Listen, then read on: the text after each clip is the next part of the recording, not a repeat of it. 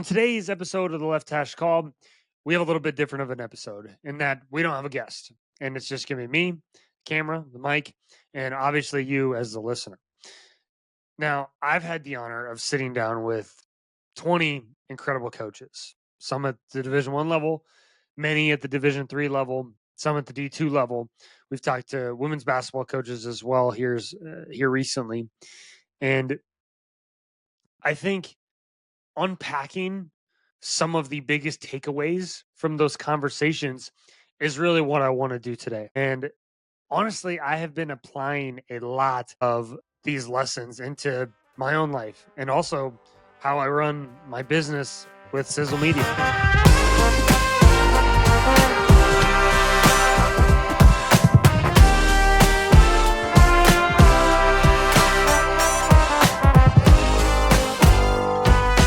So often we are, as a podcast, I'm putting out a ton of content. I'm putting out at least some form of content, whether it's a reel or whether it's a full out show every single day. And I don't want this show to just, for me and for you, just me putting out content. And I don't want it to be about, okay, when's the next episode going to drop? Who's the next coach going to be? Absolutely. That's a part of it. But I think it's also about learning, and it's also about the application of some of these lessons and growing alongside you. A lot of you are not coaches, and that's the cool thing for me is that, obviously some of you are coaches and some of you want to hear from these coaches, so you want to learn what the different people in the profession are doing. But a lot of you are business owners yourselves. A lot of you are, work, full-time jobs, that aren't in the coaching profession. And I hope that as we go through some of this stuff and some of the consistencies and some of the different, some of the breakdowns behind some of what these coaches are saying, that you can apply it to your job or to your business or to your team that you are a part of. And so this episode is really a way to take just a little bit of a pause and reflect and maybe even connect some of the dots. And so if you're just here for the guests, we'll have another episode next week with an incredible guest. But I think today is a great opportunity to sit down, reflect, pause, and really dive deeper into what some of these coaches are actually saying. Now, first, before we get going with some of these takeaways that I've had from working or from listening and talking and chatting with some of these different coaches, I want to again say how thankful I am for the support of this show so far. The initial outreach right away from when we first started, all the way back in, I think it was March that we first started this show. The initial engagement and the reciprocated effort on you, the listener, has been incredible. But the continued and sustained sharing and the liking and I see every single like and I see every single share and retweet, repost, whatever platform it is. I see every single one of them. Even like if there's one that gets 2 likes, I appreciate the one that gets 2 likes. And if there's one that gets like 100 likes, which there definitely are, I see everyone. And so I can't say enough how thankful I am for you listening and following along and being supportive of me. Obviously, a lot of you guys are my friends, people that I'm really close with. And some of you aren't. Some of you I've never met, which is so cool to me that I don't even know you and you're choosing to follow along and listen to me talking to a microphone and talk to other people who have incredible stories as well. So again, thank you so much. If you follow along on social media and some of obviously you probably see me wearing it in the show, but we have put out some hats. These are, you can order these on my website, sizzlemediainc.com. Just navigate over to the podcast page. I also have a link in the description. It's also on the Instagram. You can go there. There's a link in bio. If you follow me on Instagram, there's a direct link to the hat. And I'm super pumped about these. I really wanted to create a hat that is not just like the Left Hash Call logo that you see down in like this corner, whatever it is. I wanted to make a hat that's cool and that people would actually enjoy wearing. And I think we've done that with these. I actually worked with one of the current players at UW River Falls. His dad does an incredible job with merchandising, with retail, and with these hats. He did an incredible job. I'm super pumped about them. Got obviously the Sizzle Media on the side there.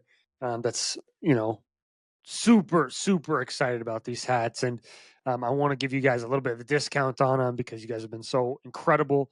Just use the discount code LHC at checkout and you'll get 20% off your order. And again, thank you so much for the support. I would not have put hats out there if I wanted to make a way for you all to support the show. And again, I can't thank all of you enough for listening. I can't thank the coaches that we've had on. I can't thank the guests themselves for coming on, supporting me, believing in me, especially those early, those early guys that I had on the show that, I reached out to them and I was like, hey, I'm doing a podcast and would love it if you would entertain the idea of coming on the show. And everybody has been so cool to me. Every single guest has been absolutely incredible to talk to. And so thank you to them. Thank you for you as the listener. Now let's get into it. Let's get into some of the takeaways. What I'm realizing a lot is there is a lot of consistencies. Now every coach and every person that we've had on has their own little way of doing things, but there's certainly some consistencies between some of these different coaches, and certainly some of them. We've had a lot of guys from River Falls on, of course. Those are my guys, and I worked with them, and obviously some guys from Simpson and Drake. Those have kind of been the consistencies, and honestly, because that's kind of my direct network, and I love talking to those guys. And so some of them obviously kind of have the same speak per se. Some of them certainly it's football specific. And getting into the first one here, and it's the culture builders. It's a lot of coaches out there say they have great culture. And I think one of the things, especially that we had Coach Walker, our head coach at UW River Falls, I think that has been the most important thing for him is building that culture. And culture isn't like this big aha moment. We did it. We made good culture. We did this thing that we said we wanted to do. We said we wanted a good culture. Now we have good culture. It's through the consistent actions of your day-to-day life that I think make good culture. For example, I've been a part of this, but at River Falls, they always do lunch, and we joke about it sometimes. We've joked about it here on the podcast, but there's a lunch culture at River Falls, and it's a seemingly small daily tradition, but it really does reinforce the connected piece. I've gone up to River Falls a few times since I've been out of coaching and since I've started this show, and I live in Des Moines, Iowa, and that's up in River Falls, Wisconsin. It's about a 4 hour, 15-minute drive. And they lunch at 10 a.m. and it's ridiculous and it's absurd. But whenever I go up there, I make sure I leave at 6 a.m. from Des Moines so that I can go have lunch with those coaches because I still love being a part of that culture, even though I'm not a part of the staff. I'm not a player. I'm an alum, and I'm still really close with those guys because I felt that culture of a staff. I felt connected, and I've also been on the other end of it where um, I didn't have lunch with the staff, and I remember missing it that first time that I didn't have that lunch with that staff, and so I think that's certainly it's a small thing, but it ends up becoming a big thing over time. One of the other things I think with culture, I think it's the continuity of a staff. I think is really important. And I don't think that's luck. I think that's leadership. And that shows a lot about the culture. And we talked to Quincy Griffith from Drake about the consistencies of the Iowa football staff and how, and as well as the Wartburg football staff, and how, a lot of those players and a lot of those coaches at Wartburg, they played there, they coached there, and now they're winning there as coaches. Same thing with Iowa. Like a lot of them, they've been there forever, and it's no kidding that they continue to win. At River Falls, that staff is, the staff there has been together for a while now, and they've continued to win. And now, obviously, the OCDC head coach has only been since 2021, but certainly I think some of those coaches have had opportunities to go elsewhere, but the culture and the staff makeup is truly what brings them back. And so I think culture is king, no matter if you're a small business owner, whether you're leading a team at your job, whatever the case is. I think like the application here is find ways to build that culture through consistent actions. And I think one of the things about working in a college football staff is there's a lot of time to, you know, mess around with guys and just pop your head in to offices. I was actually just at the Simpson football alumni golf outing today, and a lot of what we talked about um, there today was like the moments where like I would just pop my head into the defensive staff's room, or just pop my head in, to different coaches' offices that weren't football. And so I think that really makes for good cultures when you feel comfortable just popping your head into the office. You feel comfortable with giving each other shit, with giving each other some grief, and I think that's huge. The next piece that I think I've learned a little bit, and I learned this recruiting myself a little bit, but recruiting and this goes for, I think, sales as well. Recruiting is definitely sales because you're selling the business, you're selling the school, you're selling the staff, you're selling the program. And so kind of think about that a little bit if you're in the business world. But recruiting 100 million%. And a lot of you guys might say, oh, yeah, no kidding. But for real, recruiting is relationship building at its core. And also, it's not about building a relationship just so you can get the players that you want. And that's certainly a big part of it. But I think it's not just about getting good players, it's about finding the right fit. I think if you're a player, certainly, like, for example, if you grow up in the state of Iowa, you want to go to Iowa or Iowa State. But again, it might not be the right fit for you as a player. But then as a coach, like, if you're, let's say, I mean, even if it's just a scheme fit, like at River Falls, they run the quarterback a ton. At Simpson wasn't as much the case. And that's obviously the two experiences that I've had as a coach and as a player as well.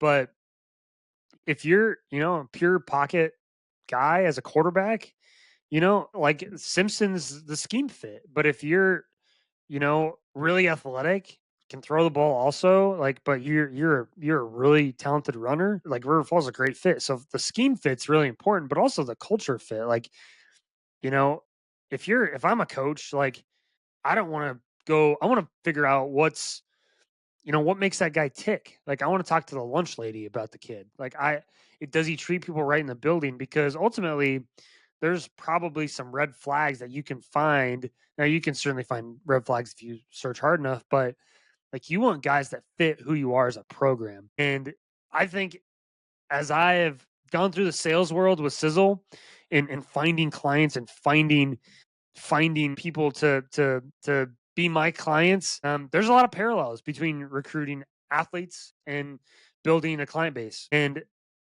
it totally is the same thing. It's relationship driven. Like nobody in their right mind wants to just, like, if I send an email, it's like, hey, I want to make this video for you. Here's, thousands of dollars. Like, how's thousands of dollars sound? Right. It's the same thing with recruiting. Like, I don't know if many kids just like want the same spam email over and over again. Like, hey, saw your film, love what we saw, want to chat more. Like, it doesn't work that way. And certainly, I think you have to have some of those big nets in recruiting and try to cast those wide nets and offer a million people. Because honestly, if you look at the best teams, at least in Division 3, they have big rosters, and that's a big part of it. I think I was talking with Coach Boyer, who we've had on the show, one of my best friends. We talked about one time how, like, and think about this yourself. How many out of every recruiting class, what percentage of players end up becoming like really good players? I'm talking like all conference level players. What would be your guess? Say it, like, think about it to yourself. How many players do you think that is? We said probably 10%. I think 10% of your recruiting class ends up being like world beaters, unbelievable players. And so I think recruiting more players is a good thing because I think you cast that wider net, you ultimately get better players. Like, you're ultimately going to get better players. Like we went through our roster and we thought about, or we went through our roster at Simpson last year and we thought about, okay, from the recruiting class that we had in essentially the class of 2024 that ended up coming in that next year, how many of those guys ended up being impact players immediately, like all conference? We know they'll be all conference guys, and we brought in around 50 that year, and we said about 5 guys, and then we kind of looked at, okay, let's look at some of the other teams in the league that maybe are bringing in, closer to 60 or 70 even maybe, and I could probably have my numbers off, but yeah, those guys probably end up having 6 or 7 um, really, really good players. And so I think 10% of your recruiting ends up being really, really good players. And that's not to say that, guys can't develop, but I think those instant impact guys, it's a low percentage. And so when you're going into recruiting, I think, yes, it's about finding the right fit and it's about building those relationships, but there's also a big thing of recruiting a wide net, and I see the value in it. I see the value in not doing it because you want to find the right players that are going to help build whatever program you have or continue to build that program. And some programs are established, and so they're not necessarily worried about the right fit sometimes because like that culture is already set. But if you're, let's say you're a new head coach or you're a new staff, like I think you got to be a little specific because like if you just bring in a bunch of a-holes, then like you're going to have to continue to like build that culture up and change that culture. And so that core group that you have early on is really, really important. So that's where the relationship piece is coming into play. And then certainly the NIL and the transfer portal piece, that's bigger and bigger. And so I think there was something that said there's something out there that said like over 30,000 athletes entered the transfer portal. Maybe it's even more than that. Maybe it's less. My number certainly could be off there, but I would be curious to know how many didn't come out of it. And transfer portal can certainly help you, and NIL certainly has an effect. Maybe not so much so on the D3 level, but the transfer portal specifically can really help you, and it can also really hurt you because if you get some guys that came from some programs or maybe not came from programs, but they're out of programs, like they transferred for a reason. And I'll say this, like I transferred and I transferred for a reason. I don't think it's because I was a dirtbag, but everybody transfers for a reason. I think building that relationship and that transparency of why are you leaving this program, and building that trust on both ends is really, really, really important to do. The next piece that I think has just been so huge and one of the consistencies is I think authenticity is king. I think the ones that are unapologetically themselves and the ones that are not concerned with the maybe the social media impact or the professionalism within the profession, those are usually the ones that I like the most, are usually the ones that I get along with the most, at least me personally. I think about, again, Coach Walker, and one of the things that he said was if people have a problem with the way that I am and the way that I coach, they can go shove it up their ass. And I still love that. That's like, I want that to be like my ringtone because I think, it's another thing that we talked about with Tony Schiffman as well, is kids will see right through and athletes will see right through you if you're not authentic. And I've certainly been around coaches that really wanted to put on this like tough guy persona. And certainly that, like, I'm not talking about being squirrely and being joking around, but I think being yourself. If you're a hothead and you're a yeller and a screamer, I certainly was as a player, not so much so as a coach. And some of the coaches that I've coached with probably laugh at that because I definitely was a screamer as well. I remember just a quick story. I remember when I first started coaching at Simpson, I wanted to MF everybody. I wanted to yell and scream and freak out on every little detail. And I remember our head coach, Coach Hoskins, who we'll have on the show actually here in a few weeks. He was like, "Dude, you need to chill out. Like, you're gonna kill yourself screaming." He's like, it's like April 15th, like the second spring ball practice. You like, we got a lot of football left, and I think that's one of the things that, um, I've learned as well is you don't have to be a yeller and a screamer as much as it's certainly a big piece of college football at times and of football in general is the yelling and the screaming, but I don't think you have to do that all the time for sure. But that goes to show, that goes hand in hand with the business side of things. if you're authentic and you're yourself and you're who you want to be, I think you're just going to be happier in general. I think if you're constantly trying to put on a tough guy persona and you're trying to be someone that you're not, and I've certainly gone through different times of trying to be somebody that I'm not. I've tried to be the big serious guy. I've also tried to be the guy that just jokes around all the time. I think like trying to be one or the other is not the right thing to do. I think it's just about being yourself and being authentic. And certainly I've had my fair share of, I probably shouldn't have said that in my filtered moments, but that's a story for a different day. But being yourself, I think, is the most important thing that you can really do to just live a happier life in general. One of the things we've certainly talked about on the pod so far a lot is scheme. And there's three guys that we've really kind of dove head first into the scheme, and one of those guys is Caleb Carrill from Georgetown College. He's the offensive coordinator, quarterbacks coach there. If you haven't watched that episode, I would highly recommend pausing this episode and going back and watching that. If you're an offensive junkie, if you're a football guy in general, I would definitely go back and watch that one. But there's a few different quotes, and I've heard him say some of these things before, but one of the things he said is formation distortion with layered concepts. And if you're not familiar with really what that means, that having your core concepts is really important, whatever that is, in the run game and the pass game. Having those core run and pass concepts that you really like and you really want to lean on, and then junking it up with different formations, whether that's motions, shifts, FIB, whether that's stacked formations, whether that's nub trips, whatever the case is. I think that is so huge.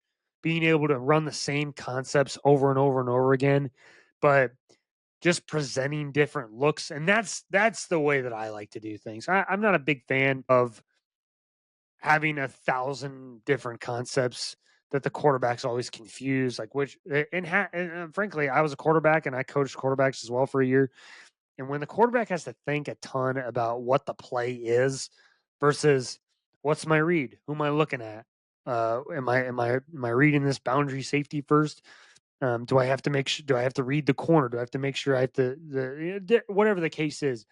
And I think it's the same thing in the run game. Now, I was a quarterback. I coached quarterbacks and I coached receivers, and I've really been enamored with learning the run game since I had became a coach, and I continued like when I think about offensive football still, I still think about the run game now as an offensive guy, as a pass game guy. I love talking about the run game. And one of the things that I learned a lot from is from Coach Matheson at River Falls and his way of doing the run game up there. And up there, I think they really have, and he's done plenty of clinics, and there's a lot of information about what they do, and they really have just a couple of core run schemes. And I think they run so many plays, and they run so many plays in practice. And just a little insight as to how they do their practices, because obviously I was a part of it, but they, and I've done them both ways. I've gone super slow and I've gone lightning fast. And I don't know if there's many teams out there that go as fast as River Falls out there, but they practice that way. And in a set of a standard college practice and a standard team set, I'd say you get 15 reps. Now, in an offense where I went fairly slow, 15 reps was usually pretty good. Now, in a fall camp scenario, they get, I think it's 30 reps, 30 team reps in a team set. And then they have 4 team periods. And so, you add that up, that's 120 plays per practice. And so over the course of time, like you run that run scheme, like, I don't know, however many different times versus different looks versus different blitzes versus like, and then of course you combine that with Coach Wiss's defense up there, and that's a pretty good recipe for success. And running a lot of a lot of the same plays versus a really challenging look and a very challenging defense, and they make it hard on you. And so I think having like your core schemes and repping those things over and over again, I really like that. And I think that's a core theme of this guy as well that I'm going to talk about next. And that's Coach Hollingshed at Coastal Carolina. If you have not watched that episode, I would highly recommend him going back and watching his show. He's absolutely phenomenal. But Coach Hollenshed is an air raid guy. He's a Mike Leach disciple, and one of the things that we talked about that Coach Leach did was 6 day. And if you're not familiar, 6 day is basically a day of fall camp that they would run 4 verticals every single play. A couple maybe different looks, a couple different formations, maybe a motion here or there, but ultimately they are running 4 verts every single time. And I think that is such a unique way of getting really good at your best scheme. And because the defense knows you're going to run it. Your players probably get a little tired of it, but I'm not suggesting by any means that you need to go out and run the same play over and over again. But it's a really interesting way of doing things, really interesting concept that I really, really like. And so I think the simplicity of football and the simplicity of really anything, I think is huge. And I now applying that to the business world, getting really good at one thing, I think is really helpful. Like, Liquid Death. I don't know where this popped into my head, but Liquid Death, for example, like they've gotten really good, and they're obviously a multi-million dollar company, but they've gotten really good at canned water. It's funny, but they've gotten really good at canned water. But on top of that, the marketing piece of it. And ultimately, I feel like they are a marketing company that sells water. Like they probably wouldn't like that you would say that because their owner and their founder says he hates marketing, but like they sell canned water, but they're so good at marketing, and that's the lane that they've stayed in. Like they've certainly come out with some different products, but at the core, they're selling water, and they've gotten really good at that.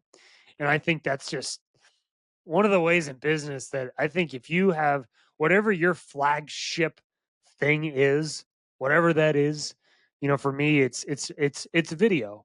It's video and media production, and that's the lane that I'm staying in. And certainly, there's different things that I do, but whatever that flagship product is or that flagship service is, that needs to be the thing that you're down to stand on. For sure, like Apple, it's computers. They're really good at computers, and they want to make the best computer that they possibly can. Certainly, like this is the best computer that they possibly can, right? It's the way that they've done things. So simplicity is key. I think on top of that, I think one of my favorite lessons that I've learned, and plenty of coaches have said this, and we've mentioned this with on the Drew Adams episode. Drake, he's the Drake receivers coach, Coach Boyer, Austin Bell down there in Arizona, coach high school football, and Quincy Griffith as well. One of the questions that I always ask at the end of the show, and I've asked this at the end of every show, is, and I would play it, but there's a lot of similarities, and there's some of them really go into detail with it, but like summarizing it, like be the best whatever you are, wherever you are, and really be where your feet are and master the job that you've got before you go and chase the next one. And for example, like Coach Adams over there at Drake, he said, like, be the best tight ends coach. Like, for example, like when he was the tight ends coach, like he was like, I want to be the best tight ends coach that Colorado School of Mines has ever had. And now he's taking the approach of, I want to be the best receivers coach that Drake's ever had. And like Coach Boyer, he said this, like he wants to be the best food. Like he's like, wherever you're, be the best food guy. If that's your role, go be the best food guy that you possibly can. And Quincy certainly has said the same thing. Like whatever you are, like if it's shoveling the paw at Wayne State, and I love that story. If it's shoving the paw, do the best job that you possibly can at it. When I was at Simpson, I was in charge of the graphics and a lot of the creative stuff. I really wanted us to have the best social media that we possibly could. And one of the things that I really wanted to do, and actually, let me try to go find one of these real quick. I couldn't find them, but I'll put a picture on the screen here. But one of the things that I was in charge of was making like the lanyards for game day for when recruits visited. And having that mindset of being the best whatever you are, I really wanted to make it special for those guys and for those recruits. And so I would make a custom game badge for every single different game. So we had 5 home games. And so every badge I wanted to be like that was the only time that you could get that game day visit badge. And so I made a different one for each game. And so and I maybe the recruits never like thought anything of it. Maybe they didn't care. Maybe they didn't catch on. But I wanted those game like if a kid decided to come and visit our school, I wanted it to be like the coolest experience that they possibly could in the way that I could do that. And my way of doing that wasn't being the head football coach. It wasn't talking scheme as the coordinator, but as the graphics guy who was also receivers coach, like I felt like that was one of the ways that I can make that unique. And I wanted to make that experience unique. And so applying that to the business world and to everyday life, I think it goes without showing. Whatever you're doing right now, try to be the best at it. And if you're for example, like I want to try to be the best boyfriend that I possibly can to my girlfriend Maisie, and I want to be the best son that I could possibly be when I'm being a son, and I want to be the best business owner of Sizzle that I can possibly be, and be the best friend that I could be when I'm around my friends, and try to be the best golfer that I possibly. Now that never happens, but like whatever you're doing, like instead of constantly chasing like the number or the next whatever the case, like those things that are up in the clouds, like really focus on like getting your feet dirty, getting your hands dirty, and getting down into the dirt versus chasing the clouds. That's definitely a shout out to the River Falls staff. That's one thing we talked about all the time. But getting your hands dirty and really being the best whatever you are at all times, I think is certainly I think one of the. So I own Sizzle Media, right? That's the reason that I left coaching is to start this media production company. And so a lot of what I've talked about today relates to the business world. Some of it is kind of me telling myself, like, hey, you need to think about being authentic and building unique relationships in the sales world. I learned a lot about business from coaching. For example, coaches, they build systems, they manage people, they market their programs, and they ultimately lead under pressure. And that's what every single entrepreneur, business owner, somebody with a job like that's what entrepreneurs do. They build systems, they manage people, they market their business, and they lead ultimately under pressure because it's being a small business owner and an entrepreneur, that's as pressure as it gets. And the way that these coaches they prep for a game, they game plan and they build culture mirrors what I would love to what I try to do at Simpson or what and the way that these coaches prep, they game plan and they build culture mirrors exactly what I want to try to do at Sizzle. Like when I'm doing an episode, like I always want to make sure that I'm the most prepared that I can possibly be for that show. Like when I hear a coach say, "Man, that's a great question," or "Man, that's a great. How did you know that?" Well, it's because I did my homework and I did my research and I prepped for that episode. And that's ultimately like what I'm trying to do because if I do that, then we're gonna have a great show. And like I treat every single show like a game plan. Like I got a big old in this little Google Doc that I'm working off of right now is my game plan sheet.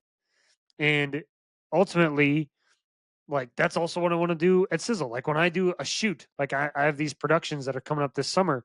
Like I'm building a game plan board. Like I'm finding the plays and that's the shots that I want to get.